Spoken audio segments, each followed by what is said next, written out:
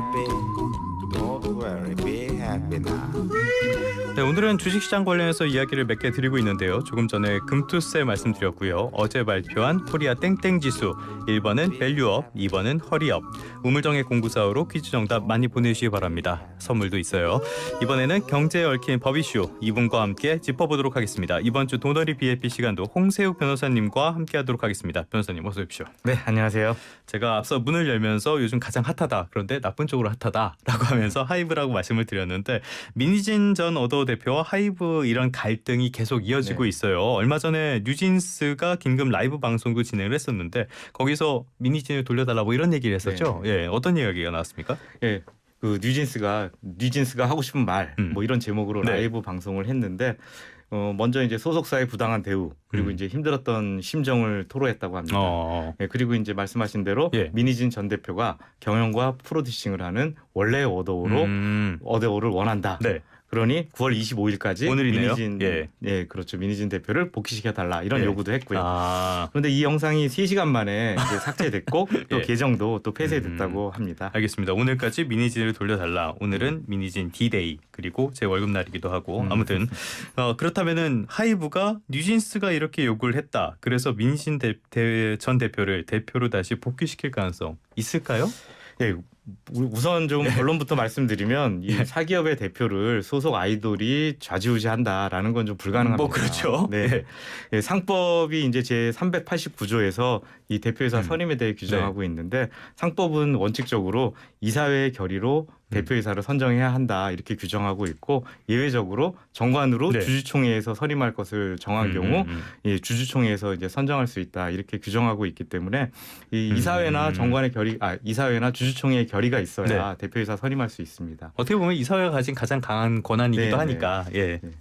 그리고 이제 뭐 예. 하이브의 대표이사 역시 뭐 이런 상법상 절차를 거쳐서 적법하게 변경된 경우이기 때문에 이 뉴진스가 요구를 한다 하더라도 이 여기 주주총회, 이사회 여기서 이렇게 결정하지 않으면 사실은 네. 좀 어렵습니다. 아, 그리고 또 하이브와 어더오도 법대로 처리하겠다 이렇게 밝혔는데 이 민희진 전 대표를 네. 해임한 것이 법적으로 문제가 없다. 그러면 뭐 그대로 가겠다라는 뭐 뜻이거든요. 네. 네. 그러니까 뭐 이 뉴진스의 라이브 방송은 좀 그런 측면보다는 어떻게 보면 하이브에 공개적으로 이제 불만 사항을 제시하고 시정을 요구한 것에 좀 의미가 있지 않나 싶습니다. 뭐 어차피 안 될 거니까 일단 투덜투덜했다 뭐 이렇게도 볼 수 있겠는데 그런데 그래서 어차피 안 될 거 알고 있었을 테니까 뉴진스가 이렇게 라이브 방송에 한 게 다른 목적이 있었을 거다 이런 분석도 나오고 있는 것 같아요. 그 다른 목적이라는 게 뭡니까? 결국 이제 좀 법적인 소송 제기가 아니냐 뭐 이렇게 좀 얘기가 되고 있는데 안 되면 법원으로 가야죠. 네. 네. 그 보통 연예인이 소속사의 불만 또는 요구사항이 있으면 그 불만사항을 전하고 일정 기간 내에 시정이 되지 않으면 이 전속계약 효력정지 가처분 신청하는 게 이 수순입니다. 예. 근데 이게 이제 그 문체부가 고시한 대중문화예술인 표준 전속 계약서에 나와 있는 절차인데 그런 것도 있구나. 네. 예. 이 표준 전속 계약서 15조를 보면 기획사가 전속 계약을 위반하면 가수가 14일 내에 그 시정을 요구하고 그 시정이 안 되면 계약 해지 및 손해배상 청구가 가능하다고 규정하고 있습니다. 14일. 네네. 예. 그래서 그 뉴진스의 라이브 방송이 11일에 있었고, 네, 그렇죠. 그리고 이제 그 오늘이잖아요. 예. 이게 복귀시켜 달라고 하는 디데이가 그 오늘 25일인데 이게 딱 14일입니다. 그렇기 때문에 법적으로 네. 나설 가능성이 있다. 네네, 라는 그런 취지죠. 네. 알겠습니다. 굉장히 좀 계산이 있었던 것이 아닌가 합리적인 의심이 드는데 그래서 민희진 전 대표는 이 라이브 방송 이틀 만에 하이브를 상대로 사대이사 재선임 가처분 신청을 제기를 했어요. 네. 그러니까 이것도 어떻게 연결된 것이 아닌가 볼 수가 있겠는데 이게 어떻게 전망은 어떻게 나옵니까? 이 가처분 신청으로 인해서 뭐 인용이 되든 뭐 기각이 되든 민희진 대표한테 유리하다. 나쁠 뭐 거 없다. 이런 얘기도 있는데 네네. 그 이유가 왜냐하면 가처분 신청이 만약 받아들여지면 받아들여진다 하더라도 어도나 하이브가 민 전 대표를 다시 대표이사로 선임할 이유는 사실 없거든요. 예. 그렇기 때문에 어떻게 보면 뉴진스나 민희진이 나갈 수 있는 명분이 될 수도 있고 네네네. 또 가처분 신청이 받아들여지지 않아도 뭐 이 안에서 어도어 안에서 자신들은 최선을 다했다 이런 그 최선을 다했지만 어쩔 수 없이 나간다라는 이런 명분도 또 쌓을 수 있기 때문에 예.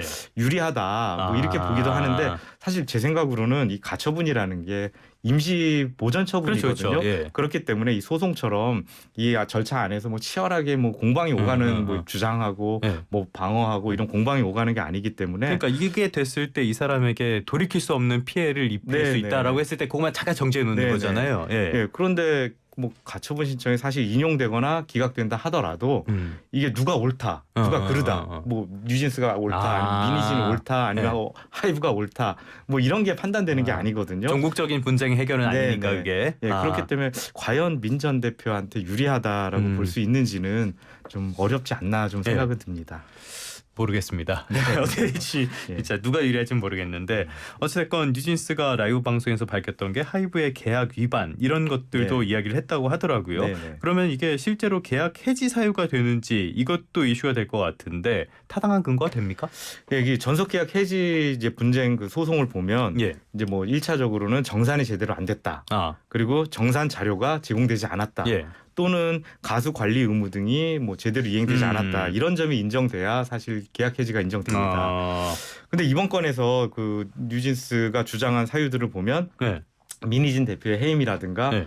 어떻게 보면 따돌림 당했다 이런 건데 먼저 이 미니진 대표의 해임을 보면 그렇네. 예. 이게 그 과연 그 중대한 계약 위반으로 인정될 수 있느냐 이렇게 보기엔 좀 어렵다고 보여지는데 그렇죠. 예. 예, 왜냐하면 이 전속 계약서에 그 대표가 미니진이어야 한다 네. 이런 규정이 그렇죠. 아마 전속 네. 계약서에 들어가진 않았을 것으로 보여지거든요. 네. 그렇기 때문에 이 미니진 대표를 해임하는 게 과연 전속 계약 위반이냐 그게 좀 문제가 될 수 있고. 요거는 조금 네. 예, 어려울 것 같다라는 생각이 드네요. 예, 그리고 이제 따돌림을 당했다 이런 주장도 이건 직장 내 괴롭힘으로 볼 수 있거든요. 네. 그런데 이제 근로기준법 76조 2 이하 규정을 보면 이 직장 내 괴롭힘의 대상은 근로자에 한정됩니다. 아. 네, 그런데 뉴진스는 근로자가 아니거든요. 네. 그렇기 때문에 이 근로자를 전제로 하는 직장 내 괴롭힘 이게 적용이 과연 네. 될 수 있을까 좀 이것도 어렵다고 보여지거든요.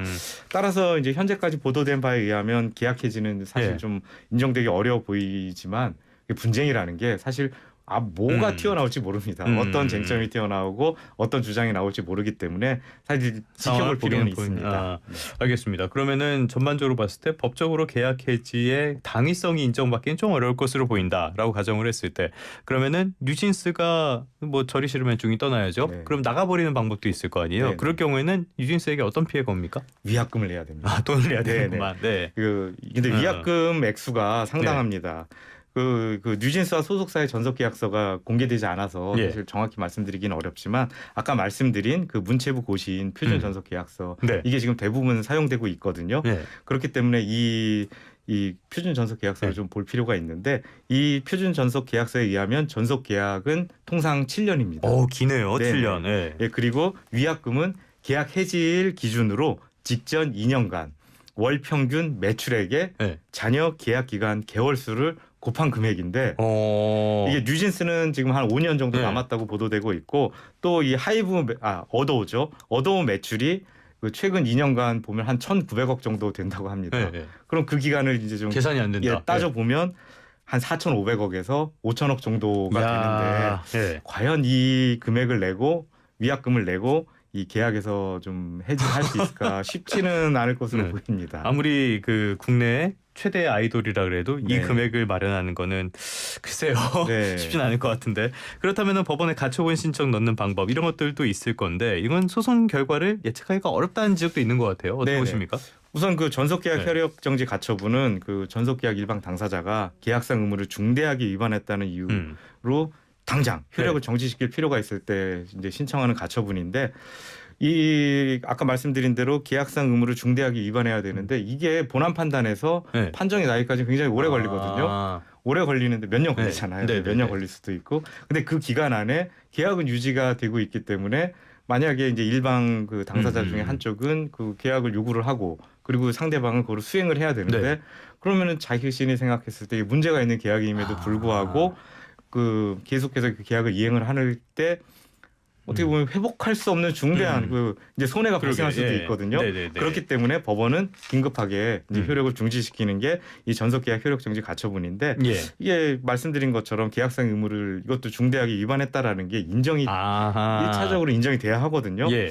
근데 이제 아까 말씀드린 것처럼 뉴진스가 이제 이 가처분 소송을 제기했을 때 좀 보도된 것 가지고는 좀 쉽지 않을 것 같고 이것에 더해서 소속사의 의무 위반 사실을 좀 더 충실히 소명해야 될 것 같습니다. 뭔가를 더 네, 강하게 네. 주장을 네, 해야 될 네. 것 같다. 민희진 대표의 개입 여부 이것도 쟁점이 되고 있다고 하는데 이 작가님이 써주시기에는 제2의 피프티 사태다. 피프티가 뭡니까? 아 이게 그 좀 템퍼링이라고 하는데 이제 그 템퍼링이 뭐냐면은 기존 계약이 끝나기 전에 다른 기획사나 단체와 접촉하는 거. 예. 그러니까 이제 연예인이 계약 기간까지는 준수를 해야 되는데 그 전에 이제 다른 기획사나 단체와 접촉하는 거, 그 연예인 빼가기죠. 그러니까 아직 계약 기간이 남아 있는데 미리 접촉을 해서 끝나면 우리한테 와 뭐 이렇게 하는 거. 뭐 그리고 이제 중단하고 와 이럴 수도 있는 거죠. 그게 문제죠 사실. 네네네. 예, 그런데 이제 하이브가 이제 민 대표가 독립 움직임을 보였다 이걸 문제를 제기했었잖아요. 네. 이게 이제 템퍼링 문제를 제기한 게 아닌가 이렇게 지금 일각에서는 좀 판단하고 있습니다. 네. 그렇기 때문에 이제 얼마 전에 이제 그 템퍼링 주의 경보를 울렸었던 게 이제 피프티 사태인데 이게 뭐냐면은 피프티 사건에서 이 피프티 멤버들이 불투명한 정산을 이유로 전속계약 효력정지 가처분을 신청했습니다. 그런데 이 소송에서 소속사는 이 멤버들이 갑작스럽게 이런 가처분 신청을 한 것은 이 외주 용역사에 템퍼링이 있었다 이렇게 주장을 했거든요. 그런데 법원은 이 멤버들의 가처분 신청에 이유가 있다. 이유가 없다. 오히려 이 소속사의 항변이 이유가 있다라고 해가지고 기각했었습니다. 그래서 이제 그 템퍼링이 이제 문제가 되고 피프티가 템퍼링으로 좀 유명해진 사건입니다. 이제 이해를 했습니다. 지금 안 그래도 좀 찾아봤는데 피프티는 또 다른 걸그룹이었네요. 오늘 제가 식견이 부족하다는 점을 여러모로 광고를 하고 있는 것 같습니다. 아무튼 이런 뭐 템퍼링 의혹까지 제기가 되고 있다. 그런데 이러다 보니까 하이브라는 기업 자체에 굉장했다 뭐 리스크가 됐다고 할까요? 예전에 방 의장께서 LA 가서 이상한 사진도 찍혀오시고 여러 가지 좀 내외적인 잡음들이 불거지면서 상당히 지금 주가도 부진하단 말이에요. 하이브가 이런 리스크를 좀 줄이고 사태를 수습할 만한 방안 어떻게 보십니까? 좀 쉽지 않아 보입니다.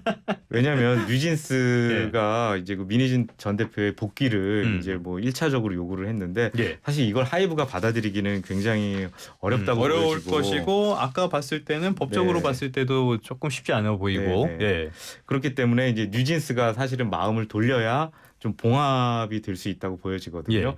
그런데 이제 뉴진스의 요구 사항 자체가 굉장히 좀 하이브도 받아들이기 어렵고 또 이런 그런 제안을 했기 때문에 이 둘 사이의 봉합은 쉽지 않을까 생각이 드는 거고 결국엔 리스크는 계속 될 것이다. 결국 이제 소송으로 가지 않을까. 그렇게 되면 이제 분쟁의 현실화는 결국 소송으로 가는데 그럼 공은 법원으로 넘어가게 되고 결국 그러면 양측에서 법원에서 잘 자신들의 주장 충실히 입증하면서 소송을 잘 대응하는 게 최선이 아닐까 좀 그런 생각이 듭니다. 이렇게 되면은 사회부 기자들이 이게 사회부 것이냐 문화부로 가야 되냐 이렇게 논의를 하면서 양쪽이 더 바빠지게 되는 그런 결론이 될 가능성이 굉장히 커질 것 같습니다. 알겠습니다. 지금까지 홍세욱 변호사님과 함께 하이브 뉴진스 민희진 전 대표에 대한 이야기 나눠봤습니다. 오늘 말씀 고맙습니다. 네, 감사합니다.